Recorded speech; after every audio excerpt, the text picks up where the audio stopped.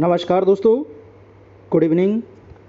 आप सभी का बहुत बहुत स्वागत है हमारे यूट्यूब चैनल कैरियर परिवार में। मैं मुकेश कुमार आप सबका बहुत बहुत स्वागत करता हूं। चलिए हम लोग आज क्लास स्टार्ट करते हैं। इधर आपका 2-3 दिन छुट्टी हो गया, 15 अगस्त हो गया, संडे हो गया और रक्षाबंधन हो गया आपका। चलिए आज से हम लोग फिर से यहाँ पर लगातार आज से क्लास आपकी चलेगी और आज हम शुरू किए हैं DLED यूनिट 3। जी हाँ, क्योंकि DLED आपका 2 यूनिट कंप्लीट हो गया था और आज हम लोग देखेंगे यूनिट 3। और यूनिट 3 को हम लोग यहाँ पर पूरा डिटेल से देखेंगे, जितने भी टॉपिक हैं उसको देखेंगे यूनिट 3 में आज। और यूनिट 3 जो क्लास होगा दोस्तों, ये 3 क्लास चलेगा यूनिट 3 का आपका। 2 इसमें थ्योरी चलेगा और एक इसमें क्वेश्चन आंसर हम लोग करेंगे। ठीक है, 9 बजे से आपकी डेली लाइव क्लास होती है। तो आप लोग अभी तक नहीं जुड़े हैं जो लोग, तो वो लोग हमारे क्लास से जुड़ जाइएगा। ये नंबर है आपका व्हाट्सएप नंबर, तो आप इस नंबर पे मैसेज करके किस प्रकार से जुड़ना है वो आपको बताया जाएगा आगे। और 28 जुलाई से ही आपकी न्यू बैच स्टार्ट हुई है जिसमें DLED करवाया जा रहा है। अभी तक 2 यूनिट कंप्लीट हो गया है। तो देखिए हमारे क्लास में अगर आप जुड़ना चाहते हैं तो आपको इसमें 351 रुपये का मात्र चार्ज लगेगा। ठीक है, आपको 351 का पेमेंट करना है। उसके बाद आपको PDF, वीडियो और नोट्स इत्यादि सभी चीज़ आपको ग्रुप में शेयर कर दिया जाएगा। देखिए ग्रुप में तो अभी आपको पर्सनली मिल जाएगा और बाद में जैसे जैसे क्लास होते जाएगा आपको ग्रुप में मिलते जाएगा। तो ये जो नंबर आप देख रहे हैं ये हमारा व्हाट्सएप नंबर है और एक नंबर और यहाँ पर आपको दिया गया है ऑप्शनल में। तो ये दोनों में से आप किसी नंबर पर आप 351 का यहाँ पर पेमेंट कर दीजिएगा, जो लोग अभी तक नहीं जुड़े हैं। और पेमेंट करने के बाद आप हमारे ग्रुप में जुड़ जाइएगा। वहाँ आपको शुरू से जितना भी क्लास हुआ है, लगभग 100 क्लास अभी तक हो चुका है, तो वो सभी टेस्ट आपको यहाँ पर मिल जाएगा। PDF मिल जाएगा आपको, उसका वीडियो भी मिल जाएगा दोस्तों। ठीक है, और जो लोग पुराने थे जिनका 100 रुपीज़ बढ़ाया गया था, तो वो भी नए ग्रुप को ज्वाइन कर लीजिएगा, ताकि आपको जो अभी तक PDF नहीं मिला है वो भी आपको मिल जाएगा। हमारा टेलीग्राम जरूर ज्वाइन कीजिएगा, कैरियर परिवार नाम से हमारा टेलीग्राम ग्रुप है। तो कैरियर परिवार आप सर्च कीजिएगा, मेरा ग्रुप आप ज्वाइन कर लीजिएगा। चलिए हम लोग आज क्लास यूनिट नंबर 3 को यहाँ पर कंप्लीट करें। देखिए उससे पहले आपको यहाँ पर पता होना चाहिए दोस्तों कि हमारा यूनिट 3 में आखिर हमें पढ़ना क्या क्या है ना, कौन कौन से टॉपिक आखिर यूनिट 3 में हमको पढ़ना है। तो ये सारे टॉपिक आपको यूनिट 3 में यहाँ पर पढ़ना पड़ेगा। ठीक है, और इतने सारे टॉपिक में आज हम लोग कौन कौन टॉपिक कंप्लीट करने वाले हैं, तो पाठ्यचर्या तथा पाठ्यक्रम और इसका अवधारणा तथा विविध आधार, ये हम लोग कंप्लीट करेंगे। इसके अलावा दूसरा टॉपिक है पाठ्यचर्या में कार्य, शिक्षा की भूमिका। तीसरा है बचपन को प्रभावित करने वाले मनोसामाजिक कारक कौन कौन से हैं। बाल विकास के बारे में हम लोग पढ़ेंगे, इसका अवधारणा और विकास के विधि, आयाम और प्रभावित करने वाले कारक, यानी कि बाल विकास को कौन कौन से कारक प्रभावित करते हैं। उसके बाद वृद्धि एवं विकास के बारे में पढ़ेंगे। बहुत ही महत्वपूर्ण टॉपिक है आज का। ठीक है, यहाँ से बहुत सारा क्वेश्चन आपको DLED जो आपका होगा उसमें 75 जो मार्क्स का होगा उसमें आपको क्वेश्चन पूछा जाएगा। ठीक है, बहुत सारा क्वेश्चन यहाँ से आने वाला है। ठीक है, और इसमें आज पढ़ेंगे हम लोग बच्चों के शारीरिक एवं मनोगत्यात्मक विकास की समझ पढ़ेंगे। तो यानी कि 6 टॉपिक यहाँ पर हम लोग आज समाप्त करेंगे दोस्तों, है ना। पूरे 6 टॉपिक समाप्त करेंगे और अगले क्लास 5 टॉपिक और बच जाता है जो हम लोग अगले क्लास में करेंगे। चलिए तो शुरुआत करते हैं आज का क्लास। और सबसे पहला जो टॉपिक है वो है आपका पाठ्यक्रम। ये तो अध्याय नंबर 3 है, इसमें आपको क्या क्या आपको पढ़ना है वो दिया है। पहला टॉपिक हमारा ये रहा कि पाठ्यचर्या तथा पाठ्यक्रम, इसकी अवधारणा तथा विविध आधार। ठीक है, चलिए देखिए पाठ्यचर्या क्या होता है और पाठ्यक्रम क्या होता है, इसको थोड़ा सा यहाँ पर समझाया गया है, इसको थोड़ा सा आप देख लीजिए। और पाठ्यचर्या के बारे में मैं थोड़ा सा अलग से बता देता हूँ कि पाठ्यचर्या मुख्यतः 2 शब्द से मिलकर के बना है। एक तो बना है ये पाठ्य और दूसरा बना है ये चर्या से। पाठ्य का अर्थ क्या होता है, पढ़ने योग्य, है ना। पाठ्य का अर्थ क्या हुआ, पढ़ने योग्य। और चर्या का अर्थ होता है दोस्तों, चर्या का अर्थ क्या होता है, पढ़ाने योग्य। ठीक है, तो यानी कि इसका अर्थ हुआ कि नियम पूर्वक अनुसरण। चर्या का अर्थ होता है नियम पूर्वक अनुसरण करना, है ना। चर्या का अर्थ होता है नियम पूर्वक अनुसरण करना, बल्कि पाठ्य का अर्थ होता है पढ़ने योग्य या फिर पढ़ाने योग्य। ठीक है, तो इस प्रकार पाठ्यचर्या का ये अर्थ हुआ कि पढ़ने योग्य तथा पढ़ाने योग्य विषय वस्तु और क्रियाओं का नियम पूर्वक अनुसरण करना। ठीक है, और पाठ्यचर्या के बारे में थोड़ा सा यहाँ पर बताया है, आप इसको देख भी सकते हैं। मैं ज़्यादा यहाँ पर डिटेल में नहीं जाऊँगा, ठीक है। जो मेन पॉइंट है जो आपको एग्ज़ाम में पूछा जाता है ना, बस उन्हीं को हम देखेंगे। ज़्यादा देखिए यहाँ पर बहुत सारा चीज़ दे दिया है, आप इसको अच्छे से पढ़ लीजिएगा, है ना, और इसको समझिएगा। बाकी जो मेन पॉइंट हम उसको यहाँ पर आपको बताते चलते हैं और अंडरलाइन भी करवाते चलेंगे हम। पाठ्यक्रम की अवधारणा से संबंधित, अच्छा एक चीज़ यहाँ पर देख लीजिए, आखिर जो पाठ्यचर्या होता है इसका उद्देश्य क्या होता है, ठीक है। उद्देश्य आपको पूछ सकता है एग्ज़ाम में, है ना, कि इसका उद्देश्य क्या होता है।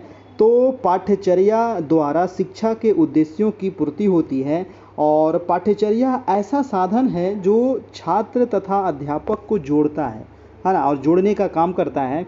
यानी कि अध्यापक जो है वो अध्यापक पाठ्यचर्या के माध्यम से ही छात्रों के मानसिक, सामाजिक, शारीरिक, नैतिक, सांस्कृतिक, आध्यात्मिक विकास के लिए प्रयास करता है, ठीक है। तो ये इसका मेन उद्देश्य होता है आपका पाठ्यचर्या का। पाठ्यचर्या के द्वारा छात्रों को जीवन जीने की शिक्षा प्राप्त होती है और इससे अध्यापकों को दिशा निर्देश प्राप्त होते हैं। छात्रों के लिए दिशा निर्देश प्राप्त होने में उनमें एकाग्रता आती है। तो ये इसका उद्देश्य है। और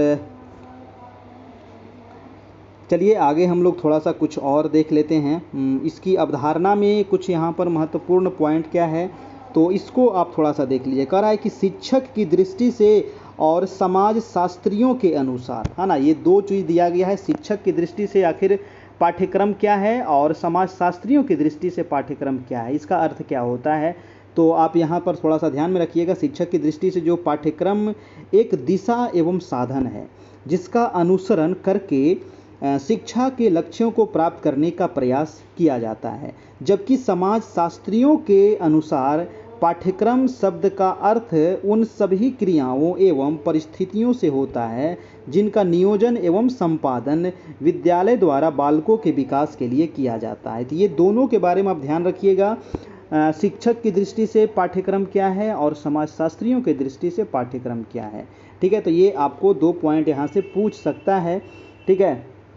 अब हम आगे चलते हैं थोड़ा सा। पाठ्यचर्या की विविध आधार, ये कुछ ज़्यादा इम्पोर्टेंट नहीं है, आप इसको यहाँ पर पढ़ लीजिएगा। और मेन देखिए यहाँ से आपका शुरू होता है बचपन को प्रभावित करने वाले मनोसामाजिक कारक। जी हाँ, यहाँ से बहुत बार क्वेश्चन पूछा जाता है कि आखिर बचपन को प्रभावित करने वाले कौन कौन से सामाजिक कारक हैं, मनोसामाजिक कारक कौन कौन से हैं, ठीक है। तो ये भी आपको यहाँ पर पूरा डिटेल से दिया गया है, आप इसको पूरा डिटेल से पढ़ सकते हैं। तो बच्चों को प्रभावित करने वाले कौन कौन से कारक है, ये बहुत सारा ऑप्शन में आपको दिया हुआ रहेगा। तो यहाँ पर देखिए बहुत सारा दिया हुआ है। जैसे पहला में दिया हुआ है शारीरिक बनावट तथा स्वास्थ्य, ठीक है। सबसे पहला जो पॉइंट है वो है शारीरिक बनावट तथा स्वास्थ्य, यानी कि जिन बच्चों का शारीरिक सुगठित और सुंदर होता है उन्हें अपने समूह और समाज में अच्छा स्थान मिलता है। साथ ही उनमें आत्मविश्वास की भी जागृत होता है। उनका समायोजन भी भिन्न स्रोतों में आसानी से हो जाता है। इनका विकास अन्य बच्चों की अपेक्षा जल्दी होता है। ये खेल कूद में आगे होते हैं। ये दूसरे असामान्य बच्चों जैसे गूंगे, बहरे, अंधे आदि बच्चों के समान खेलना भी पसंद नहीं करते हैं। इन बच्चों में सामाजिकता के गुण, मित्रता, सहयोग की भावना अधिक होती है। यानी कि सबसे पहला जो है वो है शारीरिक बनावट, ठीक है। बचपन को प्रभावित करने वाले कारक शारीरिक बनावट और स्वास्थ्य सबसे महत्वपूर्ण पॉइंट है। ये देखिए, ये जो इस प्रकार का जो है ना क्वेश्चन भी आपको एग्जाम में सब्जेक्टिव, जैसे जो बीएड करते हैं, डीएलएड करते हैं, ठीक है, तो वहाँ से जैसे कि जब एग्ज़ाम होता है ना, जब आप बीएड कीजिएगा, है ना, तो वहाँ पर भी बहुत बार इस प्रकार का क्वेश्चन पूछ देता है कि बचपन को प्रभावित करने वाले कौन कौन से कारक है, विस्तार पूर्वक वर्णन करें, ठीक है। तो वहाँ से भी ये पॉइंट आप उठा सकते हैं, यहाँ से भी आपको लिख सकते हैं। जैसे परिवार, दूसरा जो पॉइंट है वो है परिवार। परिवार जो है बचपन को प्रभावित करता है ना। क्या है परिवार का? है कि परिवार का वातावरण तथा परिवार का सामाजिक आर्थिक स्तर बच्चों के व्यक्तित्व को प्रभावित करता है, बिल्कुल प्रभावित करता है। और इसके अलावा कह रहा है कि परिवार का आकार भी महत्वपूर्ण ढंग से प्रभावित करता है। यानी कि परिवार का जो आकार है वो बड़ा परिवार है, छोटा परिवार है, किस प्रकार का परिवार है। कह रहा है कि छोटे परिवार में बच्चों की देखभाल अच्छी होती है, बिल्कुल अच्छी होती है ना, क्योंकि अगर एक ही घर में 10 बच्चे हैं और एक ही घर में 1 बच्चे हैं, तो जिनका 1 बच्चा है तो वो काफ़ी अच्छे तरीके से उनको देखभाल करेंगे, है ना, ताकि वो मतलब स्वस्थ रहे, ठीक है। आगे पॉइंट कह रहा है कि उन्हें प्यार दुलार ज़्यादा मिलता है। बिल्कुल बात है, अगर 10 बच्चा रहेगा तो प्यार दुलार तो सबको मिलना चाहिए थोड़ा थोड़ा, लेकिन एक बच्चा रहेगा तो सभी लोग इसको ज़्यादा प्यार करते हैं। तो ये छोटा परिवार सुखी परिवार होता है। परंतु बड़े परिवार में बच्चे की देखभाल अच्छी नहीं हो पाती है, परंतु उन्हें अन्य बच्चों के साथ अनुसरण के अवसर अधिक मिलते हैं। ठीक है, ये तो हो गया परिवार। तीसरा जो पॉइंट दिया हुआ है वो दिया हुआ है पड़ोस तथा विद्यालय। जी हाँ, तीसरा जो प्रभावित करने वाले मनोसामाजिक कारक है वो है पड़ोसी और विद्यालय, है ना। क्योंकि बच्चा तो सबसे पहले जन्म लिया तो घर में रहा, है ना, घर में धीरे धीरे धीरे अपने परिवार से सबसे पहले मिला, उसके बाद पड़ोस से मिलेगा, फिर वो कहाँ जाएगा, स्कूल। शुरू हो गया बच्चे का स्कूल। कह रहा है कि बच्चे का मनोसामाजिक विकास किस प्रकार होगा, यह उसके विद्यालय तथा पड़ोस से भी निर्धारित करता है कि बच्चे का विकास किस प्रकार से होगा, और ये प्रभावित करता है बच्चे पर, है ना। जैसा समाज में वो रहेगा, जिस प्रकार के विद्यालय में जाएगा, है ना, उस प्रकार से बच्चा का दिमाग हो जाता है, उस प्रकार से वो सीखने लगता है, इस प्रकार से वो बोलता है, इस प्रकार से वो कार्य करता है। कह रहा है कि पड़ोस में रहने वाले बच्चों तथा वयस्कों के व्यवहार का भी प्रभाव बच्चों पर पड़ता है। बिल्कुल पड़ता है। और किस प्रकार के वो कार्यक्रम होते हैं, कैसा पड़ोस का वातावरण है। बिल्कुल, अगर पड़ोस में बहुत प्रकार के उदंड बच्चे हैं या फिर उदंड लोग हैं, है ना, लड़ाई झगड़े हमेशा करते रहते हैं, तो बच्चों भी यही सीखेंगे, है ना, बच्चा भी देख करके यही सीखेगा, है ना। पड़ोस का वातावरण आदि कारक जो है बच्चे के विकास को महत्वपूर्ण ढंग से प्रभावित करता है। कह रहा है कि विद्यालय में शिक्षक तथा कक्षा के विद्यार्थी भी बच्चे के मनोसामाजिक विकास में योगदान देता है। और स्कूल में बच्चे को अपनी उम्र के अनेक बच्चों के साथ बैठने और सीखने का मौका भी मौका तो मिलता ही है, साथ ही उन्हें बड़े बच्चों के अनुभव सुनने और उनके व्यवहार से परिचित होने का भी अवसर मिलता है। जी हाँ, स्कूल में तो छोटा बच्चा भी है, उसके क्लास में तो सभी उसके एज के ही रहेंगे, है ना, और लेकिन उस स्कूल में और भी बहुत बड़े बड़े बच्चे हैं, तो उनसे भी कुछ बच्चे सीखते हैं। मतलब कि ये सब भी चीज़ मतलब कि बचपन को प्रभावित करने वाले मनोसामाजिक कारक है। अगला जो है मनोरंजन। जी हाँ, मनोरंजन कह रहा है कि बच्चों के मनोरंजन जितनी सुविधाएं मिलती हैं वे उतने ही व्यस्त रहते हैं। मनोरंजन के साधन उपलब्ध होने के कारण बच्चे में समाज विरोधी व्यवहार के उत्पन्न होने का भी खतरा नहीं होता है, उनका विकास सामान्य ढंग से होता है। तो मनोरंजन भी एक कारक है। अगला है संवेगात्मक विकास, यानी कि इमोशनल डेवलपमेंट, यानी कि जो बच्चे हंसमुख और विनोद प्रिय होते हैं, चिड़चिड़े व क्रोधी नहीं होते हैं, उन बच्चों के ज़्यादा दोस्त होते हैं। जी हाँ, कुछ बच्चे ऐसे होते हैं कि बहुत जल्दी चिड़चिड़ापन हो जाता है ना, और बहुत जल्दी क्रोध हो जाता है, उनको गुस्से आ जाते हैं। ठीक है, तो वैसे बच्चों के बहुत कम दोस्त होते हैं, लेकिन जो मिलनसार होते हैं वैसे कि बच्चे के दोस्त ज़्यादा होते हैं। कह रहा है कि जितने ज़्यादा दोस्त होते हैं बच्चे में आत्मविश्वास की भावना उतनी ही आती है। ठीक है, नेक्स्ट है हीनता की भावना। जी हाँ, हीनता की भावना, आप इसको डिटेल से पढ़ते चलिएगा, अच्छे से आपको नोट से मिल जाएगा, ये आपको जो है आपको ग्रुप में दे दिया जाएगा, है ना।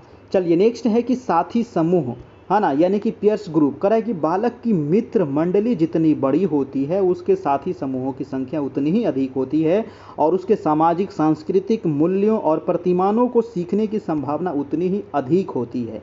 यानी कि उसके साथी समूहों में बालक और बालिकाएं दोनों ही होते हैं। साथ ही समूह के सदस्यों का जैसा व्यवहार होता है बच्चा भी वैसा ही व्यवहार करना सीख जाता है। तो ये समूह जो साथी है ना, सबसे मेन फैक्टर समूह साथी होता है। बहुत मतलब कि निर्भर करता है कि जो आपके बच्चे हैं उसका दोस्त किस प्रकार का है ना। बच्चा जो है, जो उसका दोस्त किस किस प्रकार का है, वो उसका दोस्त क्या कर रहा है, वही आपका बच्चा भी करेगा देख देख के, है ना। इसीलिए थोड़ा सा ध्यान देने योग्य चीज़ें हैं ये सभी।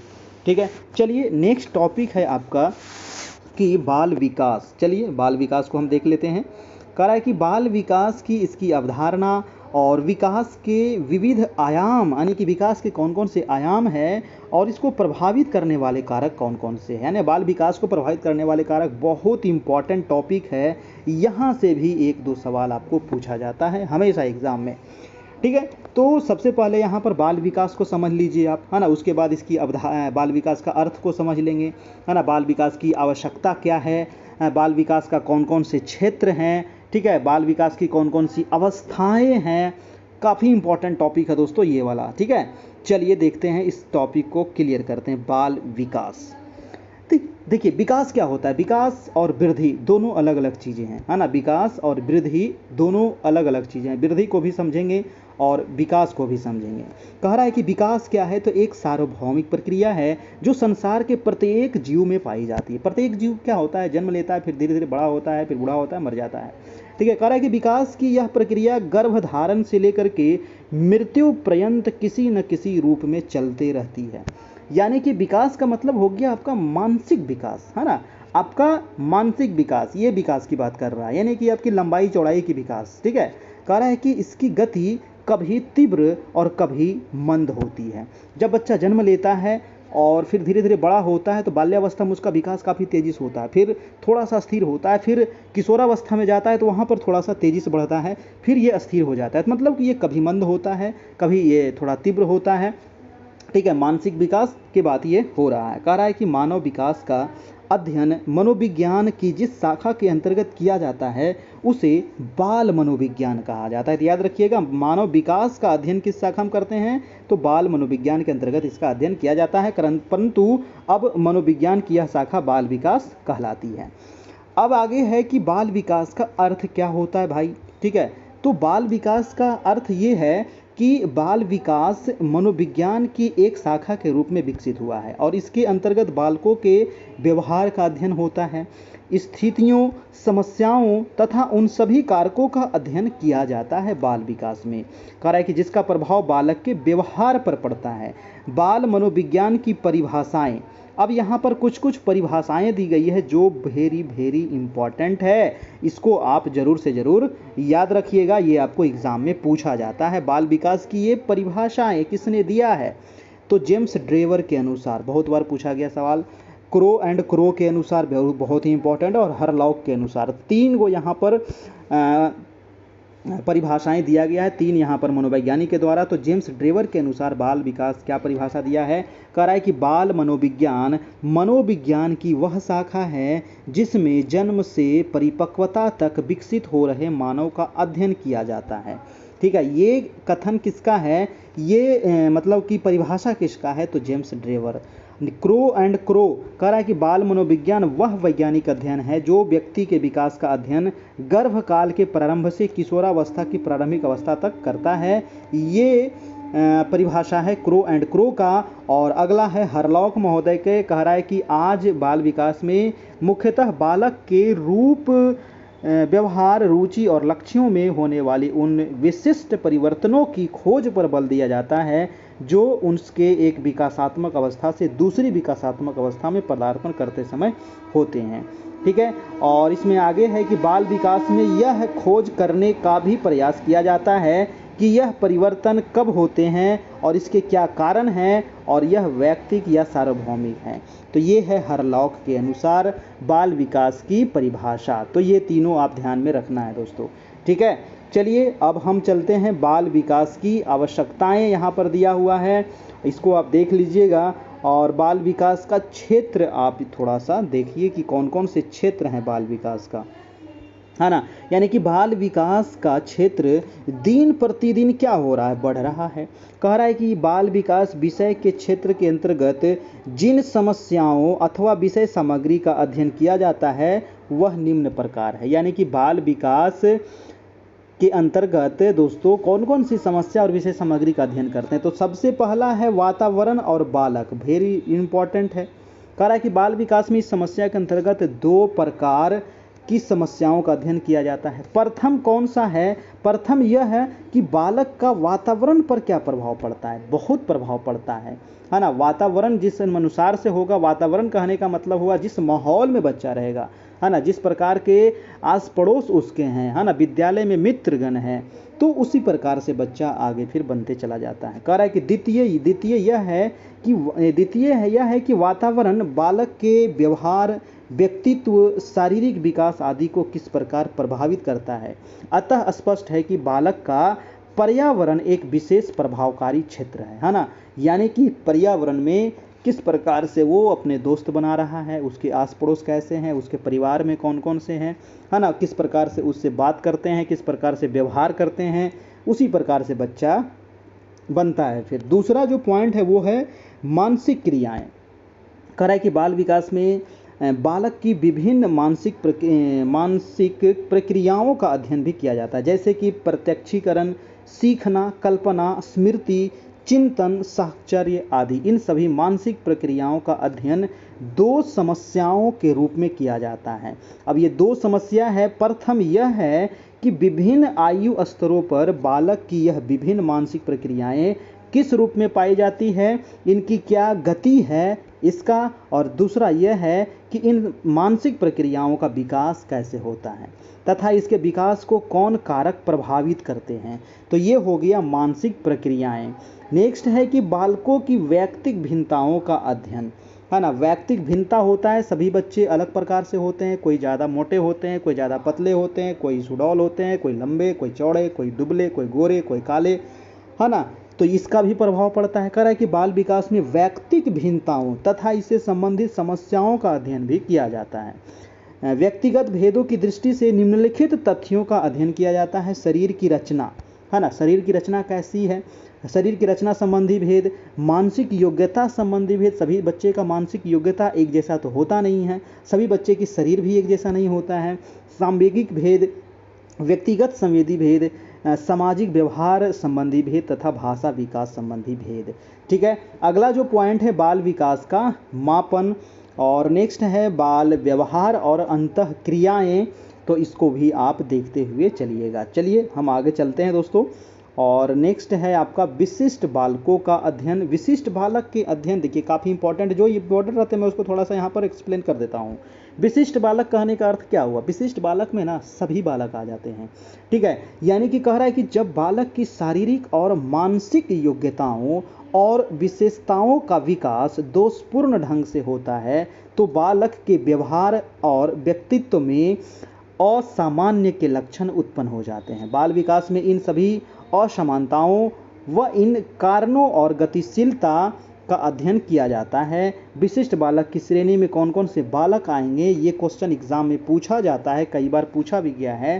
कह रहा है कि शारीरिक रूप से अस्वस्थ रहने वाले बालक आ जाएंगे, दूसरा है पिछड़े बालक इसमें आएंगे, तीसरा है अपराधी बालक भी इसी में आएंगे, और अगला है समस्यात्मक बालक भी इसी में आएंगे। तो ये सभी जो बालक हैं ये विशिष्ट बालक के अंतर्गत आते हैं दोस्तों। ठीक है, चलिए। और देखिए वीडियो अच्छा लग रहा हो ना तो एक लाइक ज़रूर कर दीजिएगा। आप लोग लाइक कर नहीं रहे हैं, और सभी लोग क्लास आखिर क्यों नहीं करते हैं बताइए। जब एग्ज़ाम नज़दीक आता है ना तो सभी लोग आ जाते हैं, और अभी तो लगता है सब लोग भाग गए हैं। भागने से काम नहीं चलेगा। ठीक है, एग्ज़ाम आज हो या 2 महीने 4 महीने बाद हो, एग्ज़ाम तो होगी। और जो लोग लगातार देख रहे हैं रिजल्ट भी उन्हीं लोगों का होगा। फिर बाद में ये नहीं कहिएगा कि हमारा नहीं हुआ, हमारा नहीं हुआ, क्यों नहीं हुआ। ठीक है, तो इसका कारण आप ही हैं, समझ गए, और कोई इसका कारण नहीं है। चलिए, और वीडियो को लाइक कर दीजिएगा, चैनल पर नए हैं तो सब्सक्राइब भी कर लीजिएगा। 9 बजे से डेली लाइव क्लास होती है आपकी। ठीक है, चलिए। और अगला जो है दोस्तों वो है समायोजन संबंधी समस्याएं। ठीक है, और नेक्स्ट है कि अभिभावक बालक संबंध संबंधी समस्याएं। तो ये सभी समस्याएं हैं, है ना, बाल विकास का ये सभी क्षेत्र है। ठीक है, चलिए अब हम नेक्स्ट टॉपिक पर यहाँ पर चलते हैं, जो बहुत ही इम्पॉर्टेंट टॉपिक है आपका। कह रहा है कि बाल विकास की अवस्थाएं। जी हाँ, बाल विकास की कौन कौन सी अवस्थाएं होती है, यहाँ से बहुत सारा प्रश्न आपको क्वेश्चन में पूछा जाएगा, है ना। जैसे कि शैशवावस्था, बाल्यावस्था और किशोरावस्था। देखिए मुख्य रूप से मनोवैज्ञानिक लोग जो बाल विकास की जो अवस्थाएं हैं इसको समझने के लिए, इसको आसानी से समझने के लिए 3 भागों में इसको बांटा है। एक तो शैशवावस्था, एक बाल्यावस्था और एक किशोरावस्था। ठीक है, मेन अवस्थाएं 3 ही हैं, एक प्रौढ़ावस्था भी आप आगे इसके आगे पढ़ सकते हैं, है ना। लेकिन क्वेश्चन जो ये 3 अवस्था से आपको पूछा जाता है। ठीक है, तो ये भी एक महत्वपूर्ण टॉपिक है, इसको हम लोग यहाँ से कंप्लीट करते हैं। जो जो मेन पॉइंट रहेगा उसको देखते हुए चलेंगे हम। चलिए, कह रहा है कि मानव का विकास निश्चित अवस्थाओं में होता है।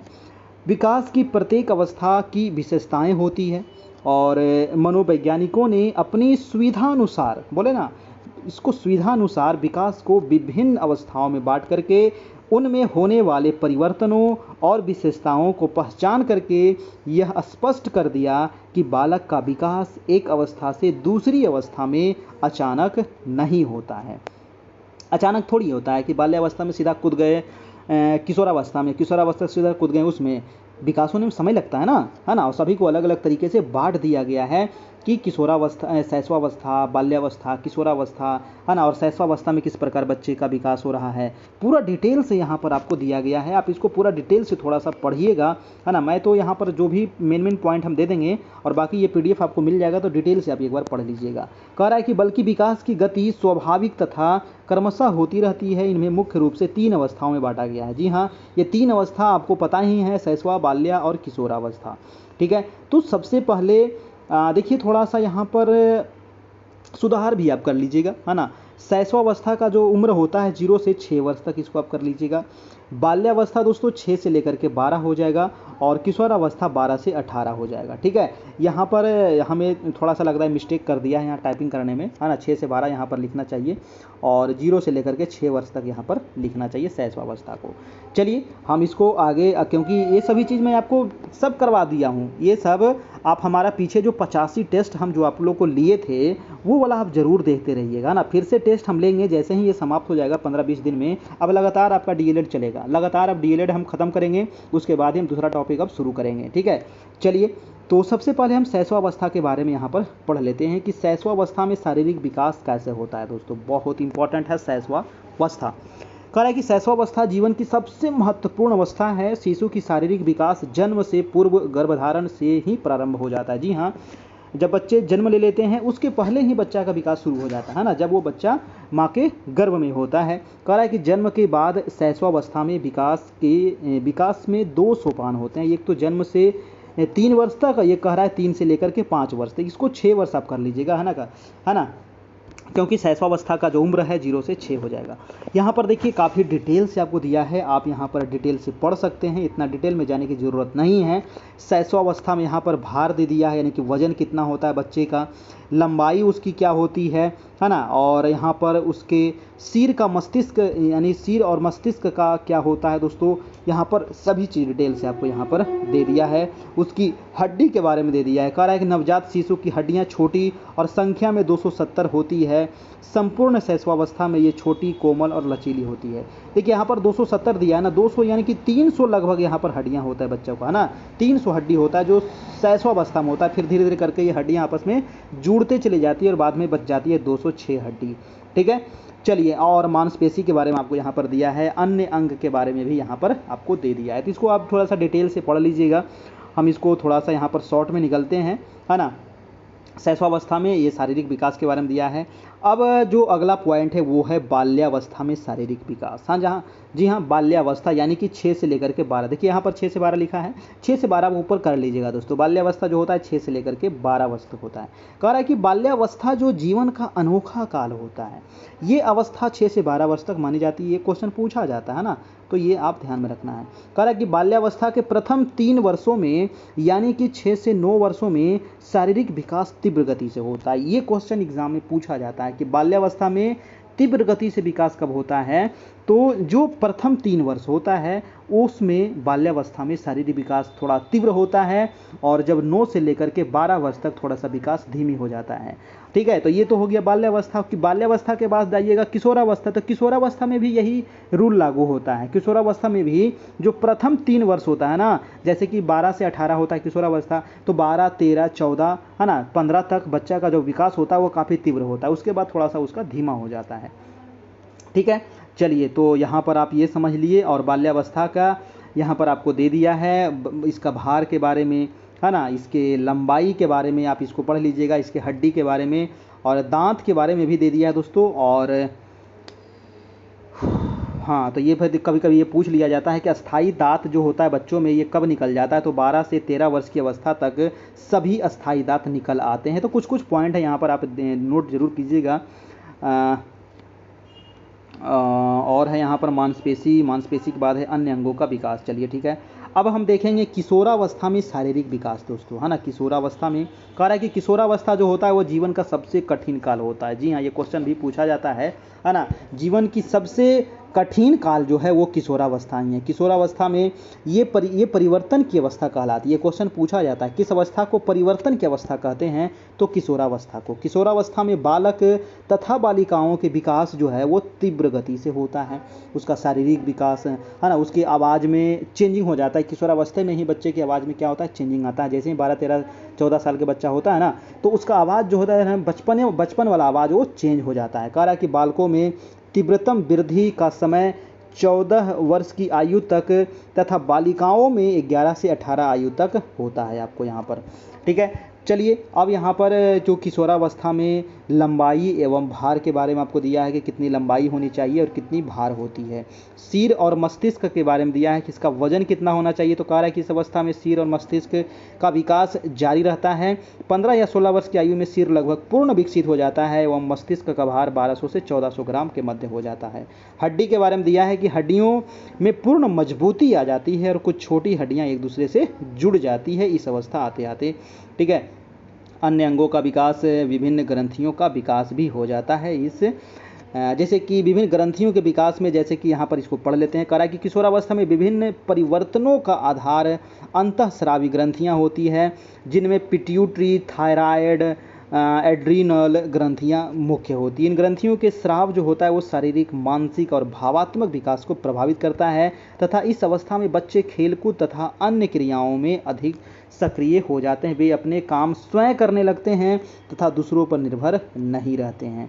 ठीक है, आगे है कि किशोर और किशोरियों को शिक्षा देते समय भी उनके शारीरिक अभिवृद्धि और परिवर्तनों को ध्यान में रखना चाहिए, क्योंकि इस समय शारीरिक परिवर्तन होता है बच्चों में और किशोरावस्था जीवन का वह समय है जब हड्डियां बड़ी शीघ्रता से बढ़ती और विकसित होती है। अतः इनके स्वास्थ्य का विशेष ध्यान रखना चाहिए तथा उनके अनुकूल उचित शारीरिक शिक्षा की व्यवस्था भी करनी चाहिए। अब है वंशानुक्रम का अर्थ और परिभाषाएं। ये तो हम अभी आप देख लिए कि बाल विकास की अवस्थाएं, तीनों अवस्थाएं यहाँ पर हम देख लिए है ना, शैशवावस्था, बाल्यावस्था और किशोरावस्था। इसको आप डिटेल से पढ़ लीजिएगा जब आपको इसका पीडीएफ मिलेगा। ठीक है, तो पीडीएफ आप लोग को अभी नहीं मिलेगा है ना, 3 क्लास खत्म हो जाएगा उसके बाद पूरा पीडीएफ एक ही बार आपको मिलेगा। ठीक है, चलिए अब है वंशानुक्रम और सिद्धांत। इसके कुछ वंशानुक्रम के बारे में दिया है ना, तो इसको भी आप देख लीजिएगा। कुछ इम्पॉर्टेंट चीज़ यहाँ पर है जिसको हम देख लेते हैं।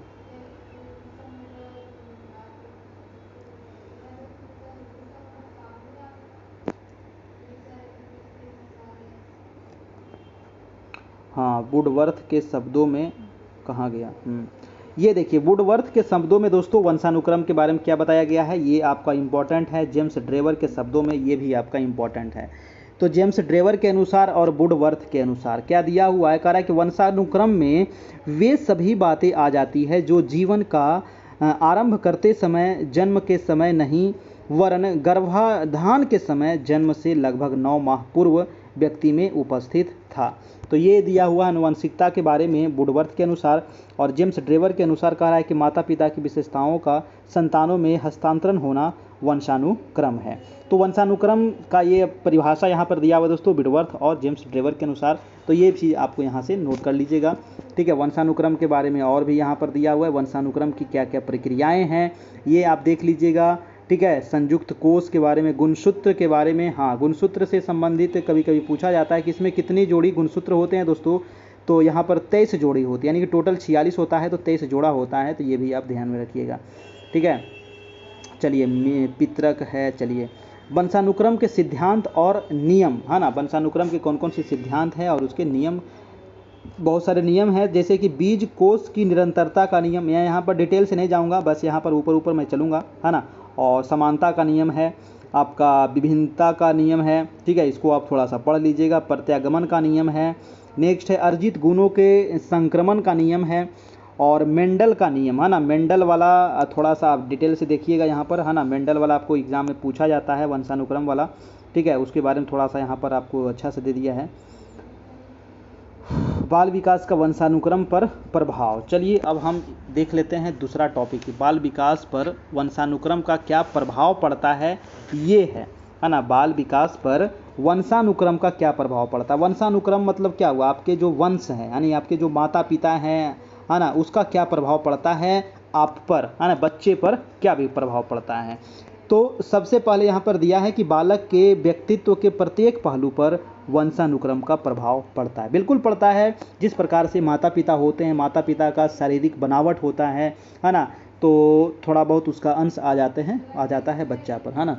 चलिए, और कुछ ऐसे बीमारी भी होता है जो वंशानुक्रम होता है ना, वो भी आपको असर पड़ता है बच्चे पर। कह रहा है कि मनोवैज्ञानिकों ने वंशानुक्रम के प्रभाव को रोकने के लिए विभिन्न प्रयोग किए हैं और यह सिद्ध किया कि बालक का विकास वंशानुक्रम से प्रभावित होता है और वंशानुक्रम निम्नलिखित प्रकार से बाल विकास को प्रभावित करता है। ये क्वेश्चन यहाँ से कई बार एग्जाम में आता है, वंशानुक्रम वाला, कि कौन कौन से कारक है प्रभावित करने वाले बाल विकास को वंशानुक्रम। पहला जो है वो है तंत्रिका तंत्र की बनावट, है ना। तंत्रिका तंत्र की यानी कि नर्वस सिस्टम की बनावट, है ना, स्ट्रक्चर ऑफ नर्वस सिस्टम। कह रहा है कि तंत्रिका तंत्र में प्राणी की वृद्धि, सीखना, आदतें, विचार और आकांक्षाएं आदि केंद्रित रहती है। तंत्रिका तंत्र बालक में वंशानुक्रम से ही प्राप्त होता है। इससे ही ज्ञानेंद्रियां, पेशियां, ग्रंथियां आदि प्रभावित होती है। छात्र की प्रतिक्रियाएं तंत्रिका तंत्र पर निर्भर करती है। अतः हम बालक के तंत्रिका तंत्र के विकास को सामान्य, पिछड़ा, असामान्य आदि भागों में बांट सकते हैं। बालक का भविष्य तंत्रिका तंत्र की बनावट पर भी निर्भर करता है। तो पहला हो गया तंत्रिका तंत्र। दूसरा जो है मूल प्रवृत्तियों पर प्रभाव।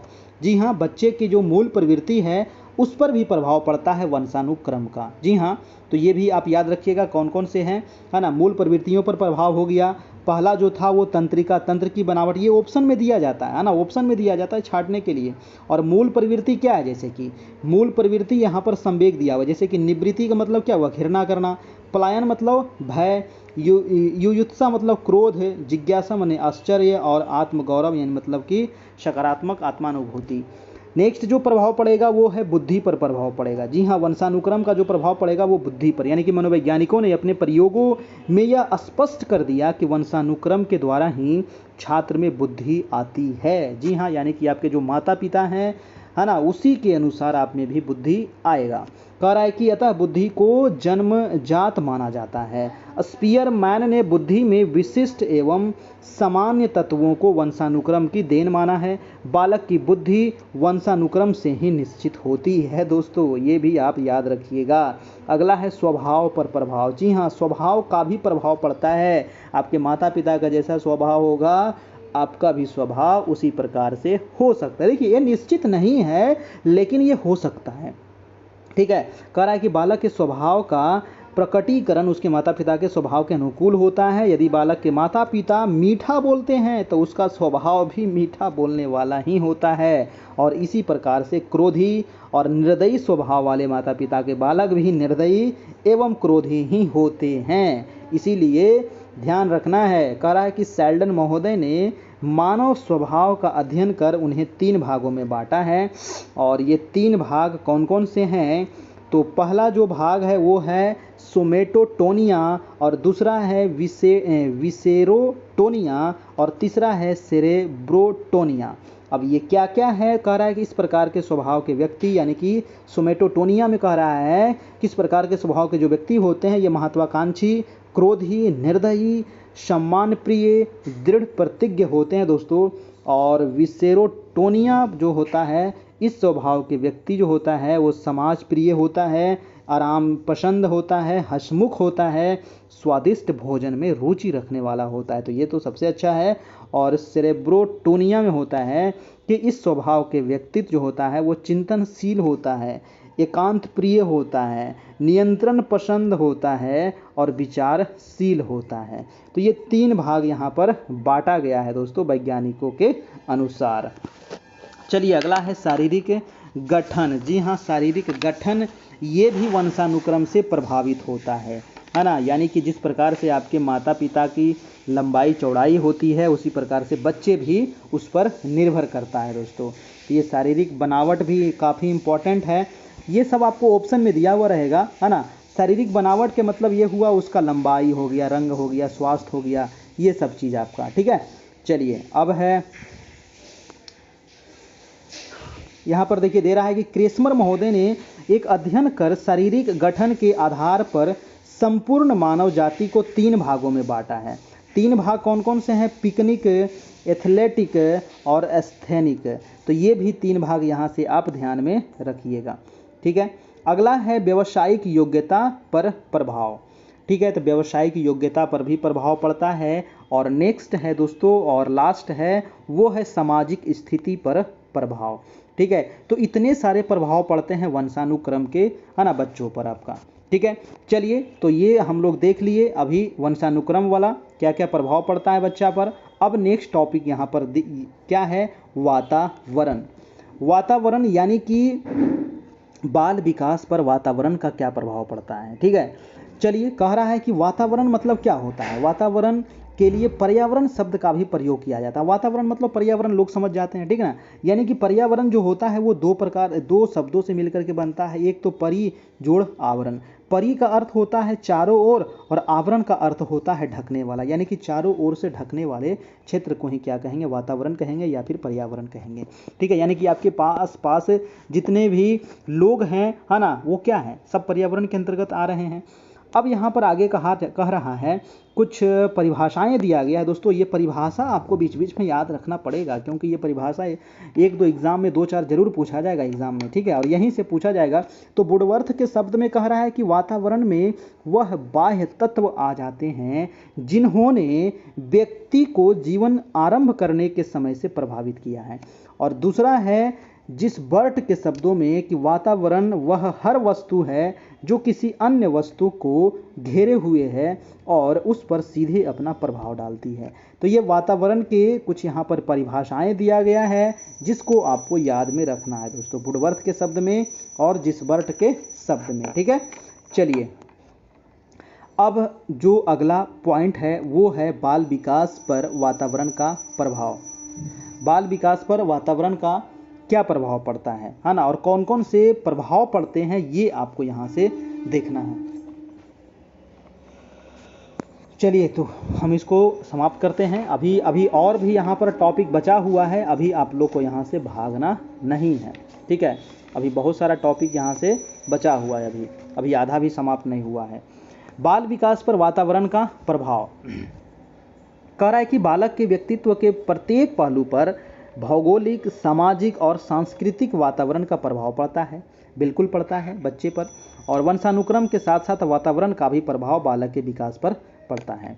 अब है वातावरण के प्रभाव निम्नलिखित है ना, जो बालक पर पड़ता है। सबसे पहला जो प्रभाव है ये आपको ऑप्शन में दिया जाएगा, है ना, कि यानी कि वातावरण का बच्चों पे क्या प्रभाव पड़ता है, निम्नलिखित में से क्या प्रभाव पड़ता है। तो ये आपको ऑप्शन में ध्यान में रखना है। मानसिक विकास पर प्रभाव, सबसे पहला जो पॉइंट है वो है मानसिक विकास, यानी कि वातावरण का सबसे पहला प्रभाव क्या पड़ेगा? मानसिक विकास। इसको आप डिटेल्स यहाँ से पढ़ लीजिएगा, ठीक है। और नेक्स्ट है शारीरिक अंतर का प्रभाव, है ना, शारीरिक अंतर का प्रभाव हो गया। इसमें कह रहा है कि फ्रेंच बोन्स का मत है कि विभिन्न प्रजातियों के शारीरिक अंतर का कारण वंशानुक्रम ना होकर के वातावरण है आपका। तो ये फ्रेंच बोन्स का वाला आप याद रखिए, फ्रेंच बोन्स का ये आपका मत है ना। और नेक्स्ट है जो शिक्षा पर प्रभाव। जी हाँ, वातावरण का शिक्षा पर भी प्रभाव पड़ता है, ठीक है। तो ये भी आप यहाँ से पढ़ लीजिएगा। अगला है दोस्तों व्यक्तित्व विकास पर प्रभाव। जी हाँ, व्यक्तित्व विकास पर भी प्रभाव पड़ता है। और सामाजिक गुणों पर प्रभाव बच्चों पर पड़ता है वातावरण का, ठीक है। अगला है बालक का बहुमुखी प्रभाव। जी हाँ, और नेक्स्ट है बालक के विकास को प्रभावित करने वाले वातावरणीय कारक। अब यहाँ पर कुछ और यहाँ पर पॉइंट आपको दिया है दोस्तों, कि बालक के विकास को प्रभावित करने वाले वातावरणीय कारक कौन कौन से हैं। तो सबसे पहला दिया है बालकों के लालन पालन या संरक्षण की दशाएं, है ना। इसको मैं थोड़ा सा डिटेल में नहीं जाऊंगा, कोई फ़ायदा नहीं है ना। इसको मैं जो ये मेन पॉइंट ऊपर में एक लाइन दिया हुआ यही आपका पॉइंट है ना, कि बालक के विकास को प्रभावित करने वाले वातावरणीय कारक क्या क्या है, ठीक है। चलिए हम आगे चलते हैं, ठीक है, क्योंकि इसको समाप्त भी करना है थोड़ा सा, और इसको आप पढ़ लीजिएगा। सामाजिक, दूसरा पॉइंट है आपका कि सामाजिक वातावरण एवं उनका प्रभाव, ठीक है। नेक्स्ट है आपका आंतरिक वातावरण और बाह्य वातावरण, ये भी आपको प्रभावित होता है, ठीक है। आंतरिक का मतलब क्या होता है दोस्तों? आंतरिक का मतलब ये हो गया कि आंतरिक वातावरण जन्म से पूर्व ही अपना प्रभाव डालना प्रारंभ कर देता है, यानी कि बच्चे जब माँ के गर्भ में रहता है उसी समय इसका प्रभाव पड़ने लगता है और गर्भावस्था बालक के विकास की दृष्टि से अत्यंत महत्वपूर्ण समय होता है। बाह्य वातावरण ये हुआ जब बच्चे जन्म ले लेते हैं, उसके बाद इस पर क्या क्या प्रभाव पड़ता है, जाति का, समाज का, राष्ट्र का, है ना। चलिए इसको आप देख लीजिएगा। नेक्स्ट है विद्यालय की आंतरिक स्थितियों का प्रभाव। जी हाँ, विद्यालय में किस प्रकार से आंतरिक स्थिति क्या है, यानी कि बालक जब विद्यालय में प्रवेश लेता है तो विद्यालय में अधिक सुलभ साधनों की अपेक्षा रखता है, जहां हम उन बिंदुओं पर चर्चा करेंगे जिनके बालक शिक्षा की ओर उन्मुख होते हैं।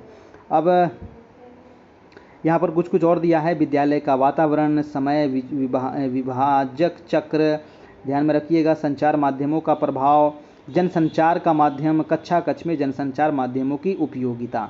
तो ये सभी प्रभाव था दोस्तों वातावरण का बच्चों पर, ठीक है। अब जो अगला पॉइंट है वो है वृद्धि एवं विकास अंतर संबंधों की समझ। तो चलिए हम लोग देख लेते हैं। अब वृद्धि विकास को तो हम लोग यहाँ पर अभी पढ़े थे, है ना। अब हम लोग पढ़ते हैं वृद्धि के बारे में। वृद्धि और विकास दोनों को एक जगह कह रहा है कि विकास जो है वो शरीर के भौतिक आकार में वृद्धि को दर्शाता है। जी हाँ, वृद्धि का मतलब क्या हुआ, जैसे कि धीरे धीरे उसकी लंबाई क्या हो रही है, बढ़ रही है ना। जब जैसे ही 18 साल तक होते होते बच्चे का जो है लंबाई क्या होता है, रुक जाता है, स्थायी हो जाता है ना। उसके बाद वो नहीं बढ़ पाता है, ठीक है। कोई बच्चे बचपन में ही काफ़ी मोटे होते हैं। कह रहा है कि साथ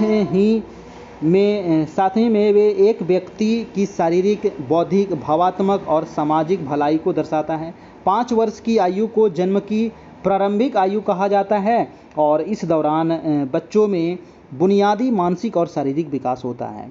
विश्व स्वास्थ्य संगठन के अनुसार, यानी कि विश्व स्वास्थ्य संगठन WTO, है ना, WTO, ठीक है। तो WTO के अनुसार पोषण, स्वास्थ्य देखभाल, पर्यावरण एक बच्चे के विकास को निर्धारित करने में महत्वपूर्ण भूमिका निभाता है दोस्तों।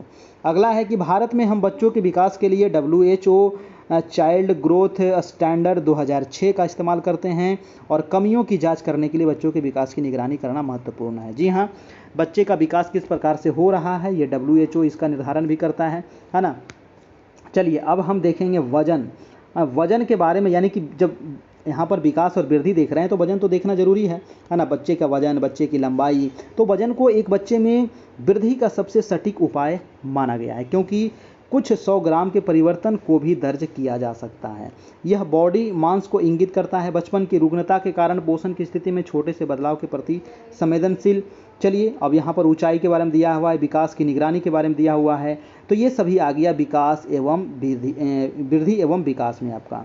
नेक्स्ट जो पॉइंट है वो है बच्चों के शारीरिक एवं मनोगत्यात्मक विकास की समझ। चलिए इसको भी हम लोग देख लेते हैं।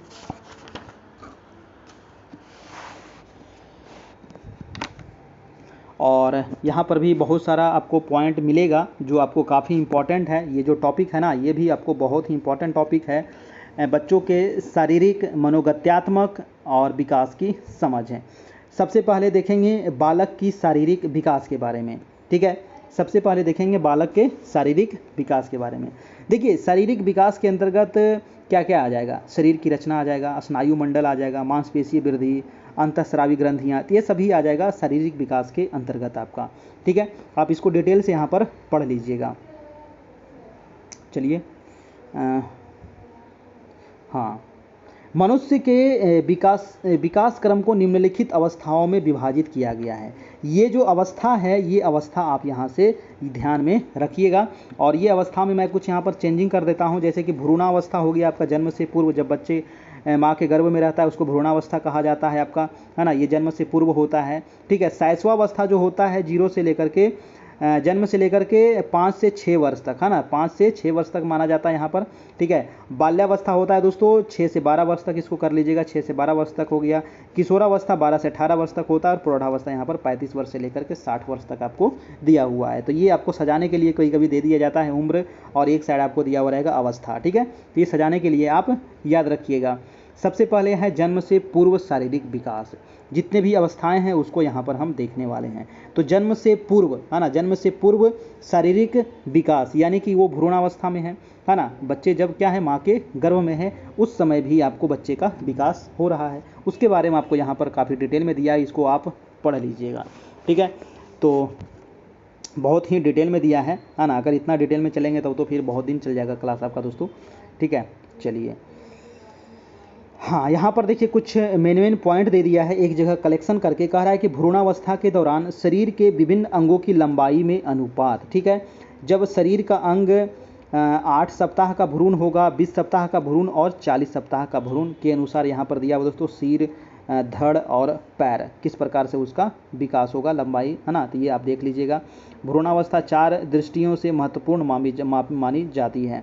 तो ये 4 दृष्टि कौन कौन से हैं, यहाँ पर आप इसको जरूर से जरूर ध्यान में रखना है ना। भ्रूणावस्था 4 दृष्टि से महत्वपूर्ण मानी जाती है। पहला है कि गर्भाधान के उपरांत 5 माह तक गर्भपात की संभावना बनी रहती है, ये पहला पॉइंट हो गया। दूसरा है कि माता के गर्भ में बालक को मिल रहे वातावरण की प्रतिकूल परिस्थितियां भ्रूण के विकास को प्रभावित कर सकती है। नेक्स्ट है तीसरा कि अपरिपक्व प्रसव हो सकता है। और चौथा है प्रसव की सरलता अथवा जटिलता सदैव ही जन्म पूर्व परिस्थितियों से प्रभावित होता है। तो ये 4 दृष्टियों को महत्वपूर्ण माना गया है भ्रूणावस्था में, और ये काफ़ी ध्यान रखने योग्य है ना। नेक्स्ट है शैशवावस्था में। अभी हम लोग देख लिए जन्म से पहले वाला। दूसरा जो है वो है शैशवावस्था में विकास, शारीरिक विकास आपका। ठीक है, शैशवावस्था में शारीरिक विकास किस प्रकार से होता है, तो चलिए इसको देख लेते हैं। कह रहा है कि सामान्यतः मनोवैज्ञानिकों ने शैशवावस्था का अर्थ उस अवस्था से लगाया है जो औसतन जन्म से 5 से 6 वर्ष तक होता है ना। और एडलर के अनुसार यहाँ पर दिया हुआ है, तो ये आप नोट कर लेना है। एडलर के अनुसार कह रहा है कि शैशवावस्था,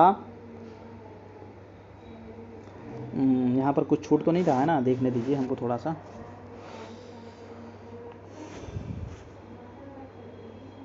नहीं, ठीक है। कह रहा है कि एडलर के अनुसार दोस्तों शैशवावस्था द्वारा जीवन का पूरा क्रम निश्चित होता है, और शैशवावस्था में विशेषकर जन्म से 3 वर्ष तक की आयु होने के दौरान शारीरिक विकास की गति अत्यंत तीव्र रहती है। यानी कि बच्चे का जो 1 साल, 2 साल और 3 साल, ये जो 3 साल होता है ना बच्चा का, ये काफ़ी तीव्र गति से बच्चा विकास करता है, और 3 साल के बाद थोड़ा सा धीमा होता है। ठीक है, 4, 5, 6 वर्ष तक। उसके बाद 6 के बाद फिर वो वृद्धि करता है, तो 6, 7, 8 वो तीव्र गति से होता है, फिर थोड़ा सा वो 9, 10, 11, 12 थोड़ा सा धीमा रहता है, फिर तीव्र होता है, फिर धीमा होता है।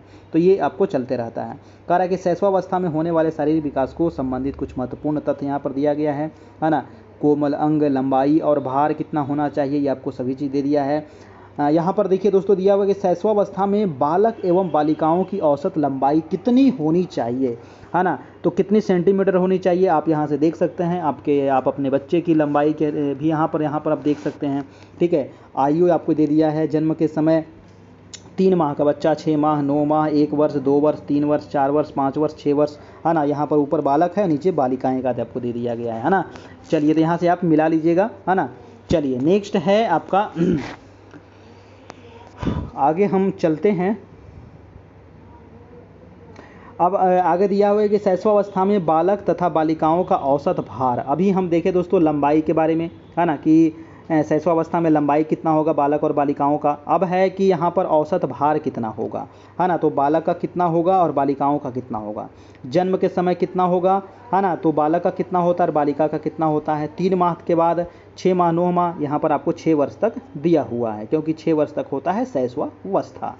ठीक है, मस्तिष्क तथा सिर के बारे में आपको दिया हुआ है कि इसका वजन कितना होगा। तो कह रहा है कि नवजात का सिर उसके शरीर की अपेक्षा बड़ा होता है। जन्म के समय सिर की लंबाई कुल शरीर की लंबाई का 1/4 होती है, और मस्तिष्क का भार जन्म के समय लगभग 300 से 350 ग्राम होता है। कह रहा है दांत के बारे में आपको दिया हुआ है यहाँ पर, है ना। तो दांत से संबंधित आप देख लीजिएगा कि जन्म के समय शिशु के दांत होते हैं, नहीं होते हैं, लेकिन 6ठे या 7वें माह में अस्थायी दूध के दांत निकल आते हैं, और 1 वर्ष की आयु तक सभी दूध के दांत निकल जाता है आपका। ठीक है, अब हड्डी के बारे में आपको दिया हुआ है। ठीक है, तो हड्डी तो उस समय बच्चे का लगभग 300 हड्डियाँ होती है, और धीरे धीरे करके ये हड्डियाँ फिर आगे बड़ा जब होता है बच्चा किशोरावस्था में आता है, तो वो हड्डियाँ आपस में जुड़ जाती है दोस्तों। ठीक है, फिर स्नायु विकास के बारे में आपको दिया हुआ है, मांसपेशी के बारे में दिया हुआ है, और अन्य अंग के बारे में भी आपको दिया हुआ है। अब है बाल्यावस्था में शारीरिक विकास। ठीक है, अब की शैशवावस्था हम देख लिए, अब देखते हैं यहाँ पर बाल्यावस्था। तो बाल्यावस्था यानी कि 6 वर्ष की आयु से लेकर के 12 वर्ष की आयु तक की अवधि बाल्यावस्था कहलाती है आपका। बाल्यावस्था में प्रथम 3 वर्षों के दौरान 6 से 9 वर्ष की आयु तक शारीरिक विकास तीव्र गति से होता है और बाद में शारीरिक विकास की गति कुछ धीमी हो जाती है। तो ये बात आप याद रखिएगा, 6 से 9 वर्ष में थोड़ा सा ज़्यादा होता है, फिर ये क्या होता है, धीमी हो जाता है। बाल्यावस्था में होने वाले शारीरिक विकास से संबंधित कुछ महत्वपूर्ण परिवर्तन भी आपको दिया हुआ है। लंबाई और भार आपको दिया हुआ है, तो लंबाई भार आप देख लीजिएगा दोस्तों बाल्यावस्था में, ठीक है। और यहाँ पर एक जगह आपको यहाँ पर आप डायग्राम बनाकर दे दिया है कि बाल्यावस्था में बालक और बालिकाओं की औसत लंबाई कितनी होती है। तो 6 वर्ष, 7 वर्ष में कितना हो सकता है, 8 वर्ष, 9 वर्ष, 10 वर्ष, 11 वर्ष, 12 वर्ष। ये एक औसत लंबाई है ना, एक औसत लंबाई, किसी बच्चे का थोड़ा कम होता है, किसी बच्चे का ज़्यादा होता है, ठीक है। तो ये औसत लंबाई है, वंशानुक्रम पर भी बालक का निर्भर करता है लंबाई, ठीक है।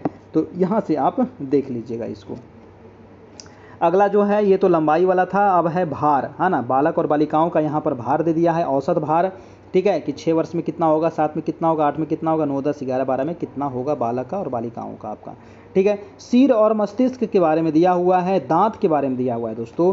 तो दांत के बारे में क्या दिया हुआ है, कह रहा है कि लगभग 5 से 6 वर्ष की आयु में अस्थायी दांत निकलने आरंभ हो जाते हैं। जी हाँ, अस्थायी दांत जो निकलना है वो 5 से 6 साल में शुरू हो जाता है। जो दूध का दांत है वो टूटते जाएगा और वहाँ पर अस्थायी दांत धीरे धीरे करके निकलते जाता है। कह रहा है कि 16 वर्ष की आयु तक लगभग सभी अस्थायी दांत निकल आते हैं दोस्तों। 16 वर्ष तक सभी अस्थायी दांत निकल जाता है, ठीक है। और सभी जो पुराने होते हैं वो दांत टूट जाते हैं। कह रहा है कि अस्थायी दांत की संख्या लगभग 28 से 32 होता है, ठीक है। अब हड्डी के बारे में आपको यहाँ पर दिया हुआ है, तो ये आप देख लीजिएगा। मांसपेशी के बारे में, शरीर के आकार में भिन्नता, आंतरिक अवयव के बारे में। अब है किशोरावस्था में शारीरिक विकास दोस्तों। चलिए किशोरावस्था में भी देख लेते हैं शारीरिक विकास किस प्रकार से होता है, ठीक है। चलिए किशोरावस्था में कह रहा है कि किशोरावस्था विकास की अत्यंत महत्वपूर्ण सीढ़ी होती है। किशोरावस्था का महत्व कई दृष्टिकोणों से दिखाई देता है। प्रथम, यह युवावस्था की ड्योढ़ी है जिसके ऊपर जीवन का समस्त भविष्य निर्भर करता है। बिल्कुल सही बात है ना। किशोरावस्था में अगर आपकी लाइफ अगर सुधर गई तो समझिए कि आप बहुत आगे जाने वाले, नहीं तो फिर बहुत पीछे जाने वाले हैं। इसीलिए ये अवस्था जो होती है बहुत महत्वपूर्ण अवस्था होती है, खास करके बच्चों के लिए, ठीक है। कह रहा है कि द्वितीय यह कि विकास की यह चरम अवस्था होती है, क्योंकि 18 साल के बाद बच्चे का विकास रुक जाता है ना। मानसिक विकास भी होता है, वो लगभग यहाँ पर पूर्ण हो जाता है, ठीक है। और मानसिक, ऐसे तो बच्चा हमेशा मनुष्य जो है वो जीवन पर्यंत कुछ ना कुछ सीखते ही रहता है, लेकिन जो होता है एक विकास होना वो 18 साल तक हो जाता है आपका, ठीक है। और कह रहा है कि तृतीय यह कि संवेगात्मक दृष्टि से भी ये महत्वपूर्ण माना जाता है आपका किशोरावस्था। किशोरावस्था के लिए अंग्रेजी का शब्द जो है वो एडोलेसेंस है और यह लैटिन भाषा के एडोलेसेर से आपको बना हुआ है, जिसका अर्थ होता है परिपक्वता की ओर बढ़ना। अतः स्पष्ट है कि किशोरावस्था वह अवस्था है जिसमें व्यक्ति बाल्यावस्था के बाद पदार्पण करता है। किशोरावस्था में होने वाले शारीरिक विकास से संबंधित कुछ महत्वपूर्ण परिवर्तन आपको दिया हुआ है ना, जैसे कि यहाँ पर लंबाई और भार, ठीक है। किशोरावस्था में बालक और बालिकाओं की लंबाई बहुत तीव्र गति से बढ़ती है। बालिकाएं जो होती है वो प्रायः 16 वर्ष की आयु तक, और जो बालक होता है लगभग 18 वर्ष की आयु तक अधिकतम लंबाई प्राप्त कर लेता है ना। जो लड़कियां होती है वो 16 वर्ष तक यहाँ पर लंबाई उसका बढ़ता है, 16 वर्ष के बाद लगभग वो रुक जाता है। और जो बालक होते हैं वो 18 वर्ष तक लगभग बढ़ते हैं, जो लड़के होते हैं, ठीक है। हाँ, तो ये ध्यान में रखिएगा अपने बच्चों का, ठीक है। अगला है कि किशोरावस्था में बालक बालिकाओं की औसत लंबाई आपको तालिका में नीचे दे दिया गया है, तो आप औसत लंबाई देख लीजिए। 12 वर्ष में कितना होगा, 13 में कितना होगा, 14 में कितना होगा, 15, 16, 17, 18 में कितना होगा, ठीक है। तो ये आप लंबाई देख लीजिए। ये जो लंबाई दिया हुआ है ये सेंटीमीटर में दिया हुआ है, ठीक है। सेंटीमीटर में दिया हुआ है, इसको आप बाद में फीट में भी चेंज कर सकते हैं, ठीक है। चलिए अब है किशोरावस्था में दोस्तों भार कितना होगा, है ना, औसत भार कितना होगा बालक और बालिकाओं का, तो वो भी आपको यहाँ पर दे दिया गया है। सॉरी। सिर और मस्तिष्क के बारे में दिया हुआ है, आपका हड्डी के बारे में दिया हुआ है। हाँ, हड्डी देखिए आप ध्यान में रखिएगा, किशोरावस्था आते आते जो मनुष्य में जो हड्डियों की संख्या है वो 206 हो जाती है, तो ये आप याद रखिएगा, ठीक है। चलिए अब है दांत के बारे में। इस अवस्था में 28 से 32 दांत हो जाता है, अस्थायी दांत हो जाता है। हाँ, इसके बाद अगर दांत टूटेगा तो दांत नहीं जन्मेगा, ये ध्यान में रखिएगा, है ना। दांत नहीं तोड़ना है, जब अस्थायी दांत आ गया उसके बाद उसको मत तोड़िएगा, है ना। चलिए मांसपेशी के बारे में दिया हुआ है और अंगों की वृद्धि के बारे में दिया हुआ है। गले की ग्रंथि का विकास हो जाता है। जी हाँ, इस अवस्था में आते आते गले की ग्रंथि का विकास हो जाता है ना। गला के जो बच्चे का जो आवाज़ है वो चेंज हो जाता है दोस्तों। जैसे ही 12, 13, 14 साल होता है बच्चा का आवाज़ क्या होता है, चेंज हो जाता है किशोरावस्था में आते के साथ। ठीक है। काम ग्रंथि की भी यहाँ पर विकास हो जाती है। जैसे कि काम ग्रंथि के विकास स्वरूप किशोर तथा किशोरियों में लिंगीय परिवर्तन यहाँ पर होने लगता है। ठीक है। चलिए नेक्स्ट है आपका कि विशेष अंगों का भी यहाँ पर विकास होने लगता है किशोरावस्था आते आते। अब है शारीरिक विकास को प्रभावित करने वाले कारक। जी हाँ, ये भी आपका बहुत ही इंपॉर्टेंट है। यहाँ से भी क्वेश्चन आपको पूछा जाता है कि शारीरिक विकास को प्रभावित करने वाले कारक कौन कौन हैं। तो जन्म से पूर्व अवस्था को, है ना, जन्म से पहले, जी हाँ, जब बच्चा जन्म नहीं लेता है तब उसके शारीरिक विकास को प्रभावित करने वाला कारक क्या क्या हो सकता है। जैसे कि सबसे पहले तो भोजन, है ना, जब बच्चा गर्भ में है तो उसको भोजन अच्छे तरीके से मिलना चाहिए, तभी तो उसका विकास होगा, है कि नहीं। और दूसरा है माता का स्वास्थ्य, है ना, जब उसकी मम्मी जो है वो तो स्वस्थ होनी चाहिए, है कि नहीं। चलिए नेक्स्ट है मद्यपान, मद्यपान बिल्कुल नहीं करनी चाहिए। नेक्स्ट है अगला है संवेगिकता। ठीक है, तो ये होगा मतलब कि जन्म से पहले, है ना, जन्म से पहले प्रभावित करने वाले तत्व हैं। ये आप याद रखिएगा, ये क्वेश्चन आपको पूछा जाता है कि। और अगला जो है वो जन्म के पश्चात है, यानी कि जन्म जब बच्चा ले लिया तब शारीरिक विकास को प्रभावित क्या क्या करेगा। देखिए, जन्म जब बच्चा ले लिया तो भी भोजन प्रभावित तो करेगा ही करेगा, है ना, क्योंकि बच्चा जब जन्म लेता है तो उसको उस अनुसार से पौष्टिक आहार तो मिलना बहुत ज़रूरी है कि नहीं। और सबसे पहला जो है वो है वंशानुक्रम, है ना, जैसे माता पिता होंगे तो बच्चे भी उसी प्रकार से होंगे 99%। कह रहा है कि बालक के शारीरिक विकास पर उसके माता पिता के स्वास्थ्य, शारीरिक संरचना, पूर्वजों के शारीरिक दोष, रोगों का प्रभाव यहाँ पर बच्चे पर पड़ता है। कह रहा है कि स्वस्थ माता पिता की संतान प्रायः शारीरिक दृष्टि से क्या होते हैं, स्वस्थ होते हैं। अगला है वातावरण का भी, वातावरण तो बहुत इंपॉर्टेंट है, अभी पीछे भी हम लोग देख लिए, वातावरण का भी प्रभाव पड़ता है बालक की शारीरिक विकास में। उसको मिलने वाले वातावरण का महत्वपूर्ण योगदान रहता है, जैसे कि वायु, धूप, स्वच्छता, वातावरण के 3 प्रमुख तत्व हैं और ये तत्व शारीरिक विकास को प्रत्यक्ष रूप और अप्रत्यक्ष दोनों रूप से प्रभावित करते हैं। अगला है भोजन, भोजन तो प्रभावित करेगा ही, है ना। पारिवारिक स्थिति, बिल्कुल, है ना, यानी कि जो बच्चा जिस परिवार में वो पल रहा है, बढ़ रहा है, उसका पारिवारिक स्थिति कैसा है, ये आपको काफ़ी इंपॉर्टेंट है। दिनचर्या, है ना, उस घर में दिनचर्या किस प्रकार से है, बच्चे का जो रूटीन है वो किस प्रकार से है ना, क्योंकि बच्चे को खेलना भी बहुत ज़रूरी है, खाना भी बहुत ज़रूरी है, सोना भी बहुत ज़रूरी है, पढ़ना भी बहुत ज़रूरी है, सब चीज़ ज़रूरी है। ठीक है, तो ये दिनचर्या भी वेरी इंपॉर्टेंट रखता है। विश्राम तथा निद्रा हो गया, खेल तथा व्यायाम हो गया और कुछ अन्य कारक हो गए यहाँ पर। तो ये सभी कारक जो है वो शारीरिक विकास को क्या करता है, प्रभावित करने वाले कारक है, जन्म से पहले और जन्म से बाद के। अब जो है वो है संप्रत्यात्मक विकास। चलिए इसको भी थोड़ा सा देख लेते हैं। संप्रत्यात्मक विकास कुछ ज़्यादा इम्पॉर्टेंट नहीं है ना, तो इसको आप यहाँ से पढ़िएगा। हम आगे चलते हैं दोस्तों। संप्रत्यात्मक विकास के बारे में दिया है डी सीको के अनुसार, यहाँ पर देख लीजिएगा। और प्रत्यय निर्माण की प्रक्रिया के बारे में यहाँ पर दिया हुआ है। चलिए हम इसको छोड़ते हैं और आगे निकलते हैं। बच्चों के प्रत्ययों की विशेषताएं, कुछ यहाँ पर विशेषता दिया गया है ना, ये आप देख लीजिएगा, है ना। कुछ इंपॉर्टेंट ये नहीं है, ज़्यादा इंपॉर्टेंट रहता है तो मैं तो उसको बता दूंगा। बाल्यावस्था के कुछ सामान्य प्रत्यय, जी हाँ, बाल्यावस्था के कुछ सामान्य प्रत्यय आपको दिया गया है, इसको आप देख लीजिएगा यहाँ से, है ना।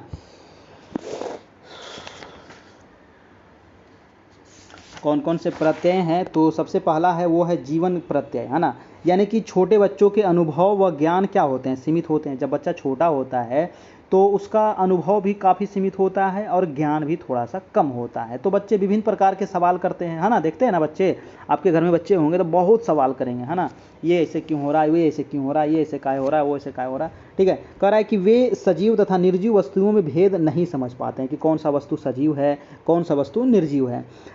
वो क्या करते हैं, बच्चे जो होते हैं वो कह रहे हैं कि परिणाम स्वरूप उनमें प्रत्यय दोषपूर्ण होते हैं। पियाजे ने वस्तुओं में चेतना समझने की प्रवृत्ति के लिए 4 अवस्थाएं बताई हैं, ये आपको दिया हुआ है। ये 4 अवस्थाएं कौन कौन सी है, तो पहला यहाँ पर दिया करा, इस स्तर पर बच्चा सोचता है कि जो चीज़ें क्रियाशील होती है ना, जो चीज़ें क्या है, क्रियाशील है, मतलब कि चल रही है, तो वह क्या है, सजीव है। बच्चा ये सोच लेता है, जैसे कि चाबी से चलने वाले खिलौने, हाँ ना, जो चाबी से खिलौना चलता है तो बच्चा समझ जाता है अच्छा ये भी सजीव है, लेकिन वो सजीव है नहीं, तो क्योंकि बच्चे का अभी थोड़ा सा विकास कम हुआ है, मानसिक विकास, उसका अनुभव अभी थोड़ा सा कम है ना। दूसरा जो है वो कह रहा है कि जो चीज़ें हिल सकती है वो समझ जाता है कि सजीव होती है, जैसे कि सूर्य और चंद्रमा को भी वो समझता है सजीव ही हैं। नेक्स्ट कह रहा है कि बच्चे यह समझने लगते हैं कि गति वस्तु में स्वयं में है या बाहर से की जा रही है, जिसमें गति स्वयं में है वे चीज़ें स्वयं सजीव है ना। तो ये सब बच्चे का थोड़ा सा मतलब कि उस समय उतना विकास नहीं होता, इस वजह से बच्चा इस प्रकार से समझ जाता है। कह रहा है कि बच्चे वास्तव में जीवित लोगों को ही जीवित समझते हैं, जैसे कि जानवर, मनुष्य। ठीक है, तो ये कुछ प्रत्यय के बारे में आपको दिया हुआ है। और दूसरा प्रत्यय है जगह का प्रत्यय, नेक्स्ट है संबंधित आकार का प्रत्यय, फिर है भार का प्रत्यय, फिर है संख्या का प्रत्यय, इसको आप देख लीजिएगा, धन का प्रत्यय, समय का प्रत्यय, आत्म का प्रत्यय। प्रत्यय निर्माण में शिक्षक की क्या क्या भूमिका होती है ये भी थोड़ा सा यहाँ से देखना है आपको। ठीक है, इसको आप पढ़ लीजिएगा, है ना। थोड़ा सा मैं यहाँ पर देख लेता हूँ, थोड़ा सा 2-4 लाइन यहाँ पर पढ़ लेता हूँ। कह रहा है कि प्रत्यय निर्माण की प्रक्रिया में जन्म से ही प्रारंभ हो जाता है। बच्चे के मस्तिष्क में वातावरण की साधारण वस्तुओं जैसे कि दूध पीने की शीशी, मेज, आँख, नाक आदि प्रत्यय बनने शुरू हो जाते हैं। इस स्तर पर बच्चा इन शब्दों को स्वयं बोल नहीं पाता, लेकिन दूसरों के निर्देश पर कार्य करता है, जैसे कि दूध की बोतल ले आओ। चलिए, ये कुछ ज़्यादा इंपॉर्टेंट नहीं है दोस्तों, इसको मैं छोड़ता हूँ। बच्चे के मनोगत्यात्मक विकास आप देख लीजिएगा, इसको भी